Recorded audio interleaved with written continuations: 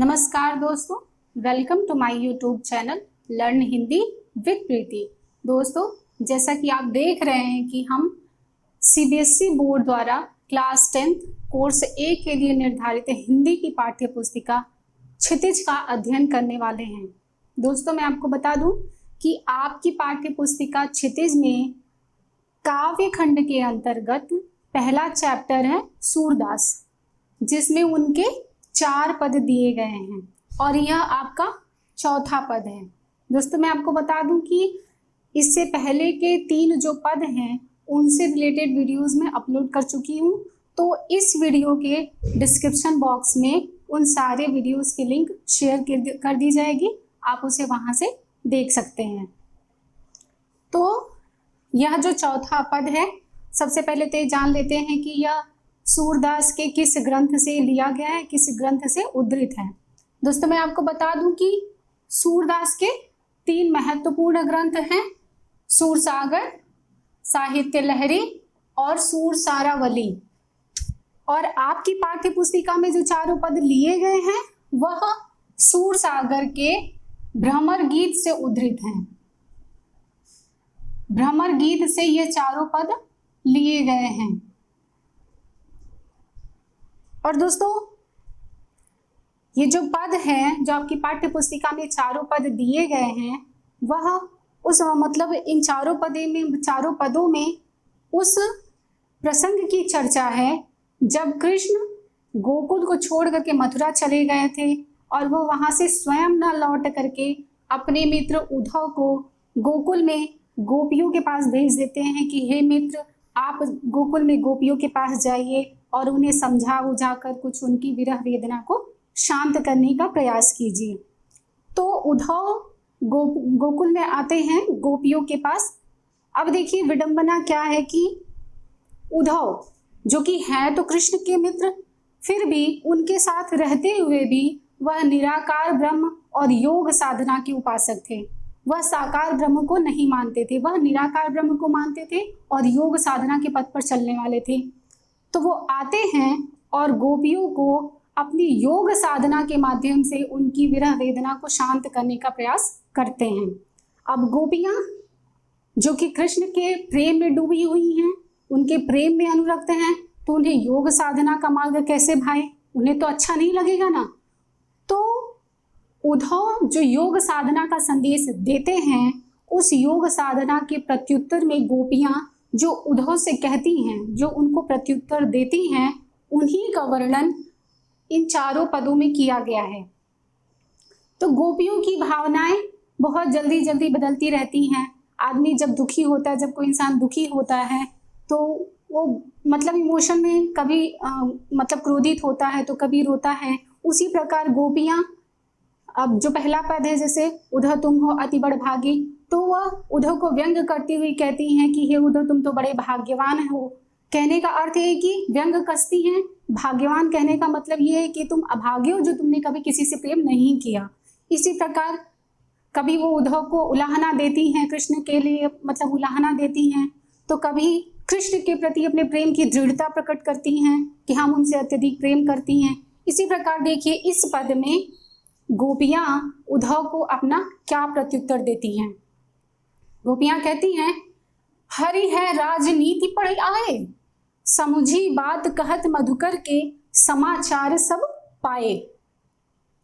अब गोपियां उद्धव से कहती हैं, हरि अर्थात श्री कृष्ण के लिए संबोधन है। हरि है राजनीति पढ़ी आए मतलब पढ़ लिए हैं या सीख लिए हैं या अध्ययन कर लिए हैं। तो कहती, हे उद्धव, लगता है श्री कृष्ण अब राजनीति भी सीख गए हैं, राजनीति भी पढ़ लिए हैं। समुझी बात कहत मधुकर के, मधुकर अर्थात भ्रमर, पर यहाँ पर वो उद्धव को संबोधित करती हैं मधुकर करके के कि हे उद्धव, समुझी बात कहत मधुकर के, मतलब हे मधुकर, हे उद्धव, तुम जो बात कह रहे थे उसे हम सुनते ही समझ गए थे। समुझी बात, उसे हम सुनते ही समझ गए थे कि वो कहते हैं ना कि जरूर दाल में कुछ काला है, क्योंकि वो कहती हैं उनको लगता है कि कृष्ण जो योग साधना का संदेश उनके लिए भेज रहे हैं उद्धव के माध्यम से, इससे वो चाहते हैं कि हम उन्हें भूल जाएं। मतलब गोपियों को ऐसा लगता है कि श्री कृष्ण चाहते हैं कि गोपियां कृष्ण को भूल जाएं, तो वो कहती हैं, हे मधुकर समुझी बात कहत मधुकर के समाचार सब पाए। कहती, हे मधुकर तुम्हारी बात जो तुम कह रहे थे उसे हम सुनते ही समझ गए थे, क्योंकि वह छल कपट से परिपूर्ण बातें हम समझ गए थे कि तुम क्या कह रहे हो, हम सब समाचार जान गई थी। एक अति चतुर होते पहले ही अब गुरु ग्रंथ पढ़ आए। फिर क्या कहती हैं, एक अति चतुर मतलब अत्यंत चतुर चालाक, होते माने थे, पहले ही मतलब पहले से ही, अब गुरु ग्रंथ पढ़ आए। तो गोपियां फिर से क्या कहती उद्धव के, हे उद्धव एक तो तुम पहले से ही चतुर चालाक थे, एक अति चतुर होते पहले ही, एक तो तुम पहले से ही चतुर चालाक थे, अब गुरु ग्रंथ पढ़ाए, अब अपने गुरु अर्थात श्री कृष्ण से ग्रंथ अर्थात राजनीति का ज्ञान, राजनीति के ग्रंथ भी पढ़ाए हो। बढ़ी बुद्धि जानी जो उनकी जोग संदेश पठाए। अब वो पहले ही कृष्ण को कहती है ना कि लगता है अब श्री कृष्ण ने राजनीति भी पढ़ ली है, तो कहती है राजनीति का ज्ञान हो गया है तो अवश्य उनकी बुद्धि का और विस्तार हो गया है, तो उनकी बुद्धि जो अत्यधिक बढ़ गई है, अत्यधिक विस्तृत हो गई है, तो हम उनकी बुद्धि का, बढ़ी हुई बुद्धि का बड़प्पन भी मान गई हैं। जो योग संदेश पठाए हैं, हमने मान लिया कि कृष्ण बहुत बुद्धिमान है, बहुत समझदारी का काम किए हैं, जो हमारे लिए योग संदेश भेज दिए हैं। उद्धव भले लोग आगे के परहित डोलत धाई। फिर क्या कहती है गोपियां, हे उद्धव वो आगे के मतलब पहले के, भले लोग मतलब बड़े आदमी अच्छे लोग, तो क्या कहती, हे उद्धव पहले के लोग ही भले थे, उनकी रीत ही अच्छी थी, परहित डोलत धाय। परहित मतलब दूसरों की भलाई के लिए, डोलत धाय मतलब दौड़ते फिरते थे। कहते कि हे उद्धव पहले के भले लोगों की ही यह रीति थी कि वह दूसरों की भलाई के लिए दौड़ते फिरते थे। उनके कहने का तात्पर्य ये है कि अब ना हमें तुम पर भरोसा है और ना ही श्री कृष्ण पर। अब अपने मन फेर पाई हैं चलत जो होते चुराई। क्या कहती है गोपियां, अब अपने मन, अपने मने अपना स्वयं का, मन मतलब मन, फेर पाई है मतलब पुनः वापस पालेंगी, चलत जो होते चुराए। क्या कहती है गोपियां, देखिए अब अपने मन फेर पाई हैं, कहती है चलो कम से कम यह तो अच्छा है कि अब हम अपना मन पुनः वापस पा लेंगी। चलत जो होते चुराए, जो श्री कृष्ण जाते समय हमारा मन चुरा ले गए थे। ते क्यों अनीति करें आपुन जे और अनीति छुड़ाए।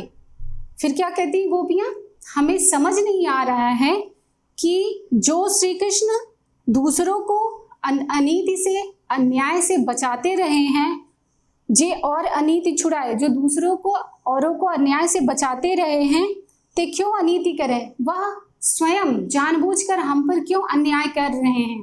उनके कहने का मतलब यह है, वो कृष्ण को इस प्रकार अन्याय करने के लिए बोलती हैं स्वयं पर कि हम तो उनसे प्रेम करते हैं, तो वह हमें अपना प्रेम न दे करके, अपना दर्शन न दे करके हमें यह योग का संदेश भेजकर हमारे साथ क्यों अन्याय कर रहे हैं। राज धर्म तो यह सूर जो प्रजा न जाहि सताए। अंत में गोपियों के माध्यम से सूरदास जी राजधर्म के विषय में बताते हुए कहते हैं, हे उद्धव राजधर्म तो यही है, राजधर्म तो यही है जो प्रजा न जाहि सताए, जिसमें प्रजा को सताया नहीं जाना चाहिए। एक बार हम इसको फिर से देख लेते हैं। हरि है राजनीति पढ़ी आए, समुझी बात कहत मधुकर के समाचार सब पाए। गोपियां उद्धव से कहती हैं, लगता है श्री कृष्ण अब राजनीति का भी अध्ययन कर लिए हैं, राजनीति भी जान गए हैं। समुझी बात कहत मधुकर के, हे मधुकर, हे उद्धव, जो तुम कह रहे थे उसे हम सुनते ही समझ गए थे कि जरूर दाल में कुछ काला है। तुम्हारी छल कपट से परिपूर्ण बातों को हम सुनते ही समझ गए थे, हम सब समाचार जान गई थी। एक अति चतुर होते पहले ही अब गुरु ग्रंथ पढ़ाए। कहती हैं, हे मधुकर, हे उद्धव, एक तो तुम पहले से ही चतुर चालाक थे, अब क्या अपने गुरु अर्थात श्री कृष्ण से राजनीति का भी अध्ययन कर आए हो, राजनीति भी पढ़ लिए हो? बड़ी बुद्धि जाने जो उनकी जोग संदेश पठाए। फिर वो श्री कृष्ण को कहती हैं कि वो राजनीति का जो ज्ञान सीख लिए हैं उससे उनकी बुद्धि का जो अत्यधिक विस्तार हुआ है, तो हम उनकी बढ़ी हुई बुद्धि के बड़प्पन को भी मान रही हैं। हम ये समझ गए हैं कि श्री कृष्ण बहुत ही समझदार हैं जो उन्होंने हमारे लिए योग का संदेश भेजा है। फिर क्या कहती हैं? उद्धव भले लोग आगे के परहित डोलत धाय। कहती है उद्धव, पहले के भले लोगों की ही यह रीति थी कि वह दूसरों के हित के लिए दौड़ते फिरते थे। कहती है कि चलो कम से कम अब अपने मन फेर पाइए चलत जो होते चुराए। फिर क्या कहती गोपियां? चलो कम से कम अब हम अपना मन तो पुनः वापस पा लेंगे, मन फेर पाइए जो श्री कृष्ण जाते समय हमारा मन चुरा ले गए थे। ते क्यों अनीति कराए आपुन जे और अनीति छुड़ाए। फिर क्या कहती हैं गोपियां कि हमें समझ नहीं आ रहा है कि आखिर कृष्ण जो कि दूसरों को अनीति से अन्याय से बचाते रहे हैं, वह स्वयं हम पर अन्याय क्यों कर रहे हैं। कहने का तात्पर्य यह है कि हम तो कृष्ण से प्रेम करती हैं, तो वह हमसे प्रेम न करके हमारे पास वापस न आकर के हमें अपना दर्शन न दे करके उद्धव के माध्यम से यह योग का संदेश क्यों भेज रहे हैं, योग का संदेश भेजकर हम पर अन्याय क्यों कर रहे हैं। फिर सूरदास जी गोपियों के माध्यम से राजधर्म बताते हुए क्या कहते हैं? क्या कहते हैं? राजधर्म क्या है? कहते हैं सूरदास जी गोपियों के माध्यम से कहती हे उद्धव, राजधर्म तो यही कहता है जो प्रजा न जाहि सताए। राजधर्म तो यही कहता है कि जिसमें प्रजा को सताया नहीं जाना चाहिए। अर्थात उनके कहने का तात्पर्य यह है कि कृष्ण को हमको यह योग संदेश नहीं भेजना चाहिए, उन्हें मथुरा से स्वयं वापस आना चाहिए और हमें अपने दर्शन देने चाहिए। तो ये हो गए आपके पद का भावार्थ। दोस्तों पहले भी बता चुकी हूँ, लेकिन मैं आपको बता देती हूँ कि सूरदास की जो भाषा है वह है ब्रज भाषा और उनकी शैली है गेय। गेय अर्थात गाने जाने योग्य गीतात्मक शैली। और हाँ, ये आपके चारों पद के भावार्थ आज कंप्लीट हो जाते हैं।